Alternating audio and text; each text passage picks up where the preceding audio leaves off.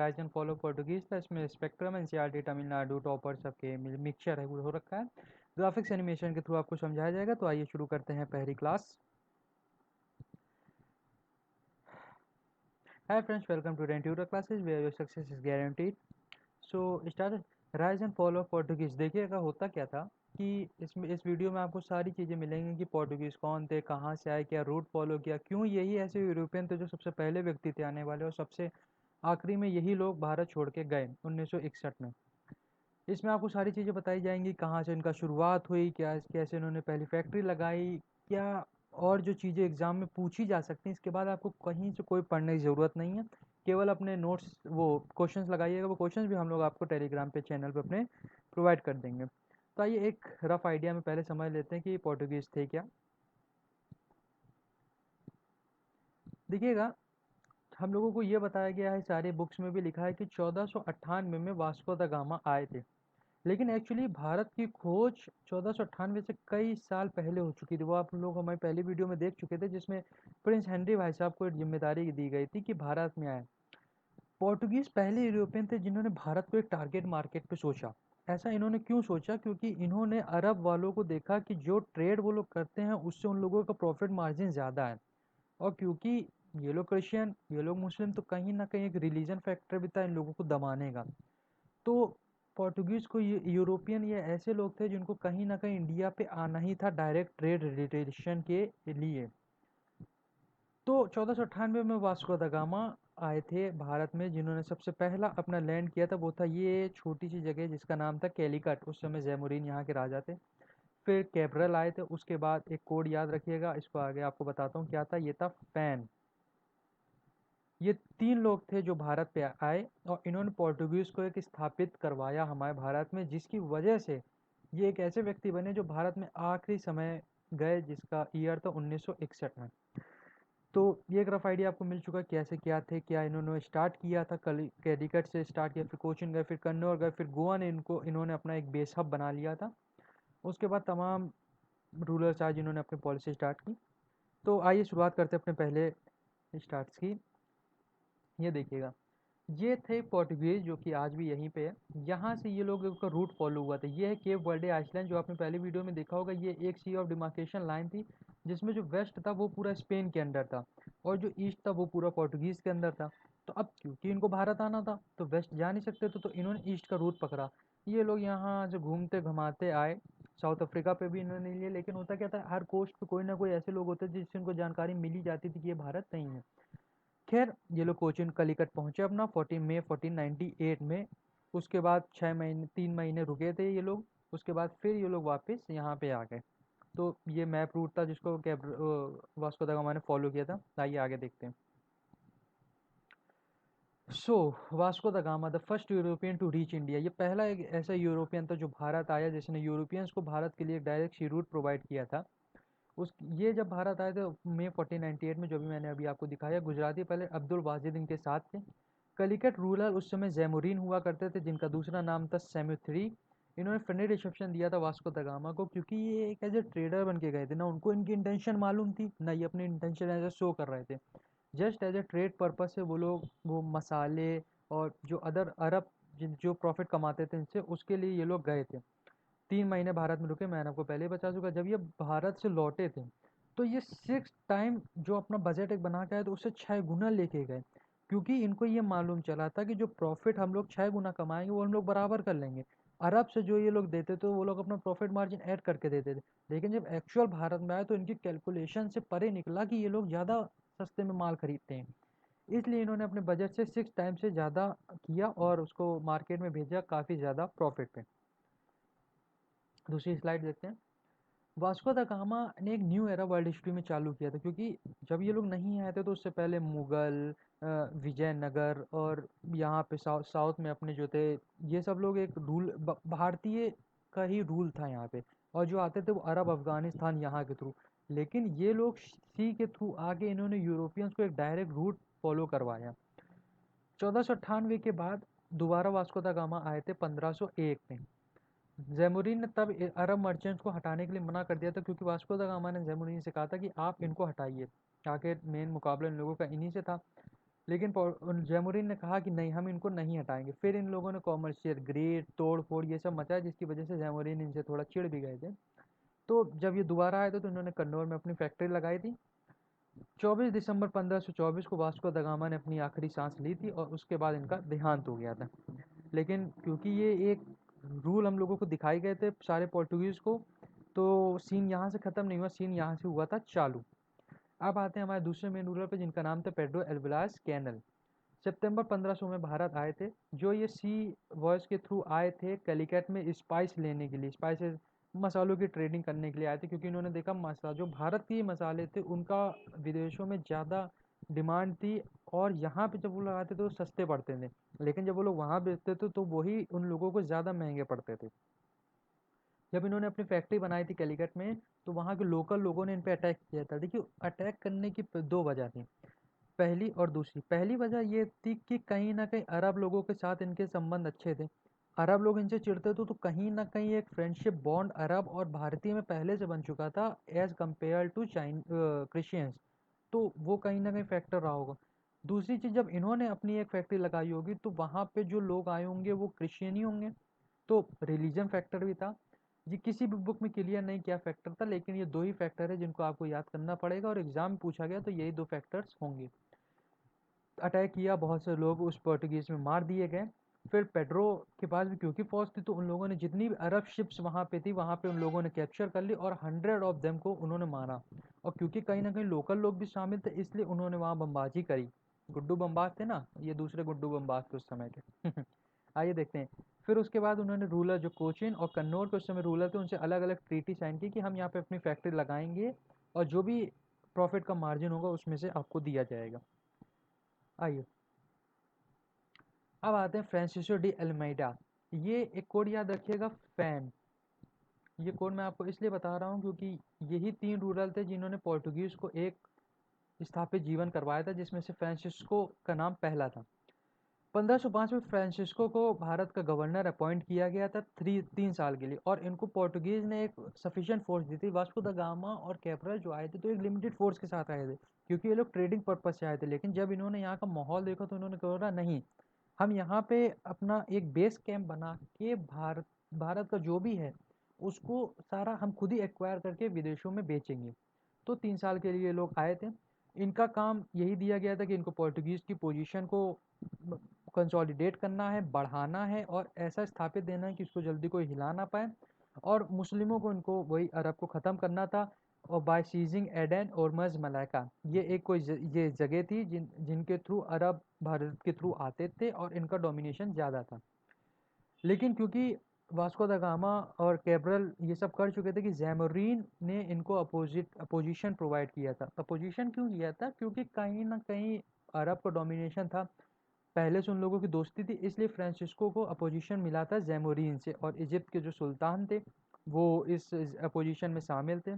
तो कुल मिला के एक युद्ध की स्थिति थी, एक तरफ थे फ्रांसिस्को और एक तरफ थे इजिप्ट सुल्तान, जिनका साथ दे रहे थे कैलिकट के रूलर जिनका नाम था जैमोरीन।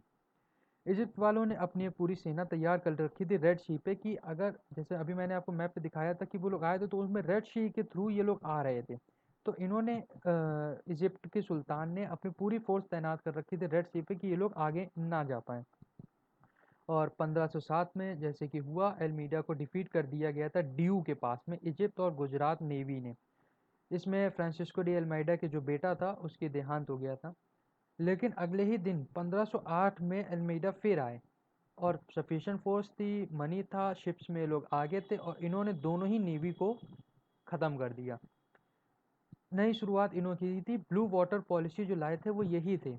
ब्लू वाटर पॉलिसी थी क्या कि जो उस समय फ्रांसिस्को जो अपने विक्टोरिया थे पोर्टुगीज़ के, उन लोग position in India, the Victoria of Portuguese position in India, Francisco opposed establishing a territorial empire in India, preferring that the Portuguese maintain supremacy and limit their activities to purely commercial transactions. Blue water policy, देखिए blue water policy मोटे तौर पे समझिएगा एक ऐसी policy थी जो Portuguese ने अपनाई थी कि उनको अपनी पावर कंसोलिडेट करनी है और अरब ना आ पाए भारत में, इसलिए उनको रोकना है। इसके लिए जो फंड, जो भी एक टैक्टिस इन लोगों को अपनानी थी, उसी को नाम दिया गया था एक ब्लू वाटर पॉलिसी। एग्जाम में 2-3 बार पूछा गया है क्या था, कौन लेके आया, तो उसको ये देखना है फ्रांसिस्को लेके आए थे। इसका मेन मोटिव केवल ये था कि अपना सुप्रीमेसी सी पे दिखाना, जो कि कहीं ना कहीं इनको भारत में लेके आ रहा है, और कॉमर्शियल ट्रांजेक्शन में अपना सुपियोरिटी दिखाना। आइए दूसरा देखते हैं। उसके बाद आया था एल्फेंसियो डी एब्रिको, जो मैंने आपको बताया था एक फ़ैन का कॉन्सेप्ट, उसको हमेशा याद रखिएगा। फ़ैन मतलब पंखा। तो फ्रांसिस्को पढ़ लिया, अब एल्फेंसो।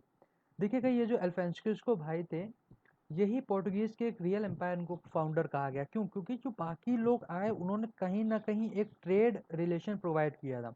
कोई पार्टिकुलर वो नहीं प्रोवाइड किया था कि यही लोग पोर्टुगीज़ अपना एक डोमिनेशन बनाए, लेकिन जो अल्फोंसो डी एल्बुक्यूरो थे, उन्होंने ही अपना डोमिनेशन एक वहाँ पे बनाया था।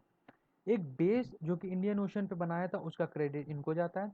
अल्फोंसो ने अपना ईस्ट अफ्रीका ऑफ द रेड्स, मालावा और मलाका, ये 3 जगह थी जिस पे इन्होंने अपनी पावर कंसोलिडेट की थी। अपनी मतलब पोर्टुगीज़ की पावर इन लोगों ने यहाँ पे कंसोलिडेट की थी, और यहाँ पे अपना स्ट्रॉन्ग होल्ड कहीं ना कहीं एक इंडियन ओशन पे बनाया था, ताकि बाहर के लोग जो आते थे वो लोग ना आ पाए। बीजापुर के उस समय जो सुल्तान थे 1510 में, अल्फोंसो ने उनसे गोवा कैप्चर कर लिया था। अब बाई चांस ये डील से हुई हो या कॉमर्शियल ग्रीड हुई हो, that was a different thing, लेकिन अल्फोंसो ने गोवा जो लिया था वो बीजापुर सुल्तान से लिया था। हालांकि यही जो गोवा था ये आगे चल के इन लोगों का कैपिटल बना था।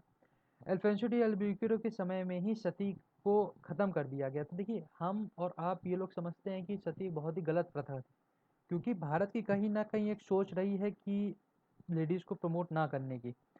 पोर्टुगीज़ को इन लोगों ने कहा कि आप लोकल वाइफ्स ले, ताकि बच्चे जो हो वो एक भारत और उसका मिक्सचर हो, और यही लोग आगे चल के इसको एक नया रिलेशन प्रोवाइड करें। इन लोगों ने एनकरेज इसलिए किया था ताकि ये लोग यहीं बस जाएं। ये लोग ये नहीं चाहते थे। इनका एक बहुत बड़ी पॉलिसी थी, इन लोगों को अपना एक इंडिया को दूसरा पोर्टुगीज बनाने की स्थिति में थे ये लोग। लोकल वाइफ्स का मतलब था कि जो लोग यहाँ शादी करेंगे वो लोग यहीं पर रुक जाओ, यहीं पर उनको काम प्रोवाइड किया जाए, काम के चक्कर में लोग कहीं बाहर ना जाएं। दूसरा देखते हैं आफ्टर अल्फोंस, क्योंकि यही एक बंदा था जिसने पोर्टुगीज को गोवा में एक स्थापित किया था। तो इनके समय में क्या था, विलेज लैंडलॉर्ड के तरह एक ये लोग उभर के आए थे। इन लोगों ने न्यू रोड इरिगेशन वर्क्स बनाए थे, न्यू क्रॉप इन्होंने इंट्रोड्यूस किए थे, टोबैको, कैशियो, बेटर प्लांटेशन किया था कोकोनट का। गोवा में ये लोग एक आर्टिशन और क्राफ्ट्समैन की तरह अपने आप को सेटल कर लिए थे। अल्फोंसो देखिए, पोर्टुगीज बाई चांस उनको यहाँ का काम ना पसंद आए तो पोर्टुगीज बहुत सारे जा रहे थे। तो इन लोगों ने एक पॉलिसी अपनाई थी कि हम लोगों उन लोगों को यहीं पे एक ऐसा एनवायरनमेंट दे कि गोवा उन लोगों को एक दूसरा पोर्टुगीज लगे। और आज की डेट में भी जब आप लोग गोवा जाएंगे तो आपको कहीं ना कहीं वो भारत से एक अलग देश दिखेगा। उसका क्रेडिट जाता है अल्फोंसो को, क्योंकि पोर्टुगीज ने गोवा को एक दूसरा पोर्टुगल बनाने की कोशिश की थी, जिसमें वो सही हद तक कामयाब भी हो गए थे, क्योंकि 1961 में जब भारत आज़ाद हुआ था तभी ये लोग यहाँ से गए थे। ठीक है, आइए दूसरा देखते हैं, Nuno da Cunha. This was the most powerful ruler of Portuguese. 1529 में ये लोग भारत आए थे, नवंबर 1529 में। इन्होंने, क्योंकि भारत में पहले कोचीन में पोर्टुगीज का कैंप हुआ करता था, फिर जब ये लोग आए तो इन्होंने कोचीन से गोवा को 1530 में कन्वर्ट किया। अब जो हेडक्वार्टर था कोचीन का वो गोवा में शिफ्ट हो गया, और गोवा को अल्फोंसो ने बनाए रखा था एक दूसरा पोर्टुगीज। तो जब ये न्यूना तो क्यूना अपने वीके रॉय बने थे भारत के, तो बहादुर शाह थे उस समय गुजरात में रूलर। उन्होंने बेसिन, आइसलैंड ऑफ बेसिन दिया था 1534 में, और ये भी कहा था कि उन्हें ड्यू में एक बेस प्रोवाइड किया जाएगा। देखिए बहादुर शाह ये नहीं कि इनसे बहुत खुश थे या ऐसा, बहादुर शाह की अपनी मजबूरी थी। हुमायूं उन पे अटैक करने वाला था, बहादुर को ये लोग ज़्यादा लोग लगे। इन्होंने कहा कि अगर ये हम लोगों के साथ जुड़ जाए तो इनकी मिलिट्री टैक्टिक्स और हमारी मिलिट्री टैक्टिक्स कहीं ना कहीं एक एडवांटेज प्रोवाइड करेगी हुमायूं को हराने में। तो इन लोगों ने आइसलैंड और बेसिन तो उस समय दे दिया, तो ये भी कहा था कि हम आपको भेज देंगे ड्यू में। लेकिन पोर्टुगीज और इनके खराब हो गए जब हुमायूं विड्यू कर गया गुजरात से, क्योंकि अब हुमायूं विड्यू कर गया। अब अगर बहादुर शाह इनसे ज़्यादा जुड़ते तो कहीं ना कहीं इनका डोमिनेशन इन पे ज़्यादा होता, क्योंकि ये लोग एक अपना स्थापित कर चुके थे। इनकी जो पॉलिसियाँ थी, जो पब्लिक थी, वो ज़्यादा एडवांस थी, जो टूल्स थे वो भारत के मुकाबले ज़्यादा एडवांस थे। तो अब बहादुर शाह ने सोचा कि अब हुमायूं हट गए तो हम इनसे मित्रता क्यों हटाएं। तो इसलिए इन लोगों के रिलेशन 1536 में थोड़े खराब हो गए थे। वहाँ के जो लोकल लोग थे वो लोग भी इनसे भिड़ने लगे थे, क्योंकि इनकी डोमिनेटिंग पॉलिसी, रिलीजन पॉलिसी, ये सब, इस चीज़ को अपोजिंग दिस, मतलब ये बहादुर शाह जो थे वो ये सब ख़त्म करना चाहते थे।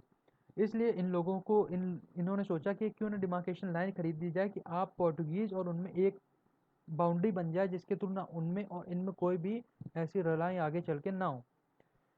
खैर, नीनो द क्यूना कुछ अलग ही मंशा से आए थे यहाँ पे। तो इन्होंने गुजरात के जो रूलर थे हमारे बहादुर शाह, उनको पोर्टुगीज शिप में बुलाया कि आइए हम लोग बैठ के बातचीत करेंगे, और यहाँ नाश्ता पानी का इंतजाम किया गया था इनके लिए।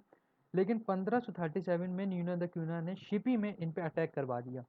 अब क्योंकि वो भी एक रूलर था, हमला किया, भागने की कोशिश की, लेकिन वो घायल अवस्था में था।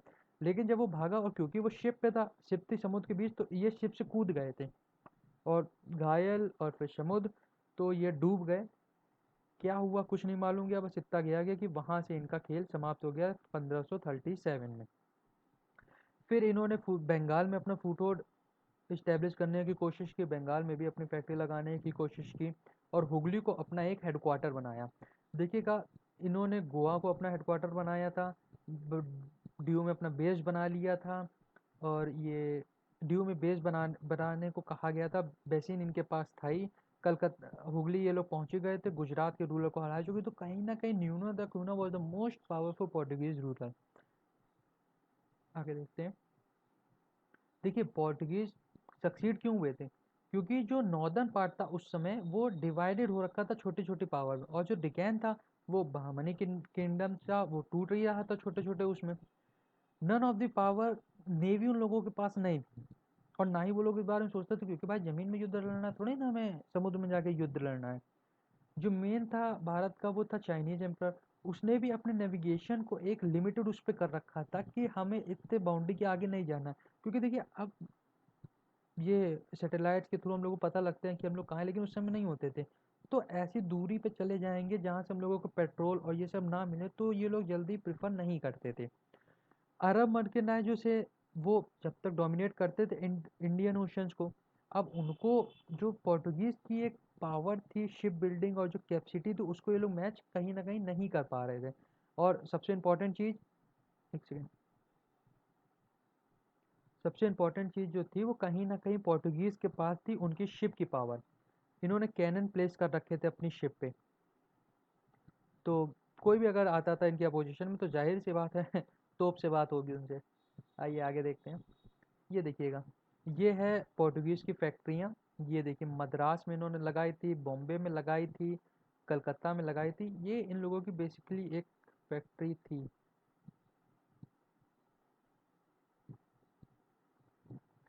Portuguese state, Estado Portuguese da India, ये इनकी कंपनी का नाम था। इसको याद रखिएगा, क्योंकि सीजीएल और यूपीपीसीएस में भी 2 बार पूछा गया था कि पोर्टुगीज स्टेट का क्या नाम था।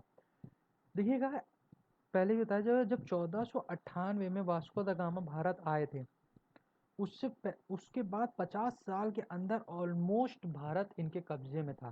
खैर, पूरा भारत कब्जे में नहीं था, लेकिन जो मेजर पॉइंट जो इनको सी से डायरेक्ट लेना देना था, वो इनके कब्जे में आ चुका था। करीबन 60 माइल्स का जो कोस्ट था गोवा के आसपास, वो इन लोगों ने ले रखा था। अब वेस्ट कोस्ट में मुंबई से लेकर दमन दीव तक इनकी फैक्ट्रियाँ थी। गुजरात में भी, क्योंकि वो लोग हरा ही चुके थे उनको, तो कहीं ना कहीं अप्रोच इन लोगों की वहाँ भी थी। Four in port they control and एडोटैक with 4 important ports and 100 of towns and villages, जिस पे इन लोगों का कैप्चर था। साउथ में, क्योंकि वेस्ट और साउथ में इन लोगों का था, तो सीपोर्ट फोर्टेस थे मैंगलोर, कन्नौर, कोचिन, कैलीकट, एक सेकेंड, कैलीकट और मालाबार में उनकी पावर उस समय इतनी ज़्यादा नहीं थी वहाँ रूरल और लोकल की वजह से, लेकिन फिर भी वो इतने काबिल थे कि वहाँ पे अपना कहीं ना कहीं एक इन्फ्लुएंस दे पाए। उसके बाद आगे चलते हैं। फर्दर मिलिट्री पोस्ट जो उनकी ईस्ट में थे, चेन्नई, नागापट्टनम, आंध्र प्रदेश में, ये आप लोग देख लीजिएगा। और क्योंकि उस समय कैबरल आए हुए थे, तो हुगली में, जैसे हमने आपको बताया कि ये जो अल्फांसो दिए, उन्होंने हुगली में अपना एक कैंप बना चुके थे। एनवॉयज, एम्बेसडर, ये सब गोवा और हर जगह जो भी किंगडम थे उनमें एक्सचेंज हुए, ताकि उनकी एक व्यू मिलते रहे, उनके किंगडम में क्या चल रहा है, इन सब की उनको जानकारी दी। पोर्टुगीज जब आए थे भारत, तो उनकी बहुत लंबी सोच थी कि वो लोग किस मोटिव से आए थे। उनका कहीं ना कहीं एक पहले से ही था कि अब हमें यहाँ पे अपना रूल स्थापित करना है। गोवा और डेक्कन के सुल्तान में भी इन लोगों ने ट्रीटी साइन की थी कि जब आपकी लड़ाई होगी तो हम आपके साथ आएंगे। लेकिन अफसोस, कुछ उल्टा ही हुआ था, वो आगे हम लोग पढ़ेंगे क्या हुआ था। पोर्टुगीज ने विजयनगर और डेक्कन सुल्तान में जब रूल हुए थे, तो भी इन लोगों ने काफ़ी इंपॉर्टेंट रोल प्ले किया था। डेक्कनी और मुगल में भी इन लोगों ने किया था। फिर मुगल और जो मराठा का युद्ध हुआ था, तो ये लोग भी कहीं ना कहीं थे। और खैर ये हम लोग पढ़ ही चुके, पोर्टुगीज वो फर्स्ट यूरोपियन थे और यही आखिरी थे तो भारत छोड़ के गए। देखिएगा पोर्टुगीज एडमिनिस्ट्रेशन क्या था, हेड जो इनका एडमिनिस्ट्रेशन था उसको विक्राय। जनरली ये लोग 3 साल के लिए अपॉइंट किए जाते हैं, हालांकि सिचुएशन के ऊपर डिपेंड करता था, कई बार रूल अगर अच्छा कर रहे हैं वो लोग तो बढ़ा दिया जाता था, लेकिन जो पहली पॉलिसी होती थी वो विक्राय होते थे और 3 साल के लिए लोग सर्व किया करते थे। उसके बाद सेक्रेटरी होती थी, उसकी एक काउंसिल हो, आगे चल के उसको एक काउंसिल में तब्दील कर दिया गया था। इस काउंसिल में कुछ मेंबर्स होते थे जो कि भारत और पोर्टुगीज के मिलके होते थे। विडो डे फेजेंडा ये रिस्पॉन्सिबल होते थे रिवेन्यू, कार्गोज और डिस्पैच ऑफ फ्लीट। होता क्या था शिप में क्योंकि माल लगता था फिर पोर्टुगीज, तो इसके लिए भी इन लोगों ने वेडो डा फेजेंडा को अपॉइंट किया गया था। इस बात को ध्यान रखिएगा क्योंकि ये सीजीएल और यूपी पीसीएस में भी पूछा गया था, यूपीएससी में भी पूछा गया था कि पोर्टुगीज एडमिनिस्ट्रेशन के क्या मेन मेन रोल थे, तो ये बात जरूर याद रखिएगा। फोल्टेज Africa to from China captains के अंदर थे जो इन लोगों के अफ्रीका या चाइना में जो भी अलग अलग फोर्टेज फोर्टेज जैसे एक दूतावास उस समय कह सकते हैं, क्योंकि चाइना में भी इन लोगों के कहीं ना कहीं थे कैप्टन्स उस समय रूल किया करते थे, और जिसको असिस्ट करते थे फैक्टर। आज के समय में आप उसको असिस्टेंट या उस समय वजीर जो हम लोग कहते थे ये बोलते थे। आगे चलते हैं। रिलीजियस पॉलिसी इन लोगों की क्या आती है, देखिए जब ये लोग भारत आए तो ये अरब लोगों से फेचअप हो चुके थे, तो इन लोगों का कहीं ना कहीं था कि इनको क्रिश्चियनिटी को अपनी बढ़ाना है। और क्योंकि अरब का रिलीजन उस समय पहले ही वो कहते हैं ना परवान चढ़ चुका था, तो इन लोगों को अब अपनी क्रिश्चियनिटी को चढ़ाना था। तो मुस्लिम से तो लोग पहले ही घृणा करते थे, टॉलरेंट थे हिंदूज के प्रति, लेकिन आगे चल के ये लोग हिंदू से भी कहीं ना कहीं वही पॉलिसी अपनाने लगे थे कन्वर्जन की क्रिश्चियनिटी के लिए। लेकिन फिर भी इनके इस बिहेवियर के लिए जीसस जो इन लोगों के गुरु होते थे, जैसे हम लोगों के पंडित जी होते हैं, अकबर के कोर्ट में इन लोगों ने एक अच्छा इंप्रेशन अपना दिया हुआ था। अच्छा इंप्रेशन क्यों दिया हुआ था, क्योंकि पोर्टुगीज और अकबर का जो रिलीजन फैक्टर था वो कहीं ना कहीं अच्छा हुआ करता था, क्योंकि 3 बार अकबर ने पोर्टुगीज के रिलीजन्स गुरु को बुलाया था अपने उसमें। देखिए पढ़ते हैं क्या था। पहला जो मिशन था वो सितंबर 1579 में आया था, जिसमें अकबर ने गोवा की अथॉरिटीज़, क्योंकि पोर्टुगीज पूरे गोवा ही में अपना बेस बनाए थे, उनसे कहा गया था कि आप 2 ऐसे प्रीस्ट चर्च को भेजिए जो कि हमसे यू नो वो एक मीटिंग, एक गेट टुगेदर था कि जिसमें एक दूसरे अपने रिव्यू शेयर करेंगे। तो जब इन्होंने 1579 में बुलाया तो पोर्टुगीज ने रोडोल्फो एक्यूगुआ और एंटोनियो मोंसेरेट को भेजा गया था। ये फतेहपुर सीकरी पहुंचे थे 1580 में। अब ये मत सोचिएगा 1 साल इन लोगों को लग गए, भाई साहब ये नॉर्मल टाइम था, क्योंकि पैदल घोड़े के थ्रू ये लोग पहुंचे थे, तो गोवा से आगरा में उस समय आने में लगता था समय। जब ये लोग पहुंचे तो खैर वहाँ पे उनको अच्छा स्वागत अकबर ने करवाया, उनको पूरी रिस्पेक्ट दी जो कि एक रिलीजियस को दी जाती है। एक्यूबर मंसरेट 1583 में, मतलब 3 साल के बाद ये अपने वापस पोर्टुगीज लौट गए। दूसरा मिशन जो अकबर ने बुलाया था वो बुलाया था 1590 में, जो कि 1592 में फिर खत्म हो गया था। जो तीसरा मिशन अकबर ने फिर बुलाया था 1595 में, लेकिन ये बुलाया गया था लाहौर में, और इसमें फादर जीरोम जेवियर और इमैनुअल पिन हीरो ये लीडर्स थे इस उसके। कहीं ना कहीं जो लेटर्स और जो बातें शेयर हुई तो उससे इन पोर्टुगीज को ये लगा कि वो लोग भारत को अपने उसमें कन्वर्ट कर लेंगे, लेकिन अफसोस ऐसा हुआ नहीं था, क्योंकि हुमायूं और आगे चल के शाहजहाँ के रिलेशन जो थे वो इन लोगों के साथ बिटर हो गए थे। तो खैर ये 2 नाम याद कर लीजिएगा, रुडोल्फ एक्यूगोवा और एंटोनियो मोंसेरेट, और दूसरा ये जीरोम जेवियर और इमैनुअल पिन हीरो, इन दोनों का नाम जरूर याद कर लीजिएगा, आप लोग पूछे गए हैं। और कब कब ये मिशन आए थे, पहला था सितंबर 1579 में, दूसरा 1590 में, और तीसरा 1595 में। आगे चलते हैं। देखिएगा पोर्टुगीज और अकबर के बाद जब जहांगीर आए तो जहांगीर ने इनको इनिशियल स्टेज पे थोड़ा कम पसंद किया था, क्योंकि कहीं ना कहीं अब ये बात होने लगी थी कि जो पोर्टुगीज है ये लोग मुस्लिम को कम पसंद करते हैं, तो ये बात सलीम को कम पसंद आई थी और उन लोगों के रिलेशन कहीं ना कहीं ख़त्म हो रहे थे। खैर ये जो टेम्परेरी इन लोगों में आपसी मतभेद था वो एंड हो गया था, और 1606 में फिर जहांगीर ने उनको वही जो फेवर उनको अकबर देते थे वही जहाँ पोर्टुगीज को वापस जहांगीर ने दिलवाए। 1608 में 20 baptisms were carried out in Agra. The priest publicly acted with much liberality as in Portugal में भी जो इनको प्रीस्ट वहाँ पे सम्मान मिलता था वही यहाँ पे आगरा में जहांगीर की वजह से इनको मिला। लेकिन फिर उन लोगों का एरोगेंट भी रिलेशन जो था वो उनके साथ खराब हुई होता गया आखिरी में। फिर डिक्लाइन देखिए, पोर्टुगीज का हम सबको पता है डिक्लाइन क्यों हुआ था, क्योंकि 18 सेंचुरी तक जो एक पोर्टुगीज अपने लेके आए थे कॉमर्शियल रिलेशन वो ख़त्म करके वो लोग एक तरह से रिलीजियन उस पर और रूलर्स के बीच में एक तरह से वो लोग दलाल बन गए थे। इसलिए वो लोग अपना कॉमर्शियल इन्फ्लुएंस ख़त्म कर चुके थे वहाँ से, और कहीं न कहीं वो लोग रिलीजन उस पे कन्वर्ट हो चुके थे। जो लोकल एडवांटेज उस समय पोर्टुगीज़ को मिली थी, और वो अब कहीं न कहीं ख़त्म हो गई थी, क्योंकि और भी डायनेस्टियाँ, इमर्जेंस ऑफ पावरफुल डायनेस्टियाँ थी जो कि इजिप्ट, पर्शिया और नॉर्थ इंडिया में आ चुकी थी। मराठा जो थे वो भी कहीं न कहीं इनका जीना हराम ही कर चुके थे, क्योंकि वो लोग छापामार युद्ध पे बिलीव करते थे और इन लोगों ने इनको बहुत नुकसान किया था। और जो सल्जोटे और बेसिन थे वो 1739 से पोर्टुगीज़ ने मराठा ने छीन लिए थे। रिलीजियस पॉलिसी जो थी वो उन लोगों की ऐसी थी कि चाहे भारत हो चाहे मुसलमान हो, वो लोग कहीं न कहीं से डरते थे, और जिसकी वजह से इन लोगों को जो ग्रोथ पहले मिली थी, वो अब पॉलिटिकल फियर्स की वजह से ख़त्म होने लगी। ब्राज़ील की जो डिस्कवरी हुई, उसने भी कहीं न कहीं पोर्टुगीज़ का जो ध्यान था वो वेस्ट की तरफ आकर्षित किया था। स्पेन और पोर्टुगीज़ अब यूनियन हुई, जो पहले अलग थे, वो कहीं न कहीं एक हो गए थे। और स्पेन की वजह से इंग्लैंड और हॉलैंड में युद्ध चल चुका था, जिसकी वजह से पोर्टुगीज़ को असर पड़ा था, क्योंकि स्पेन बहुत छोटा था। और जब स्पेन और पोर्टुगीज़ मिल गए, और इन्होंने इंग्लैंड और हॉलैंड की वजह से पोर्टुगीज़ को भी इसका खामियाजा उठाना पड़ा था।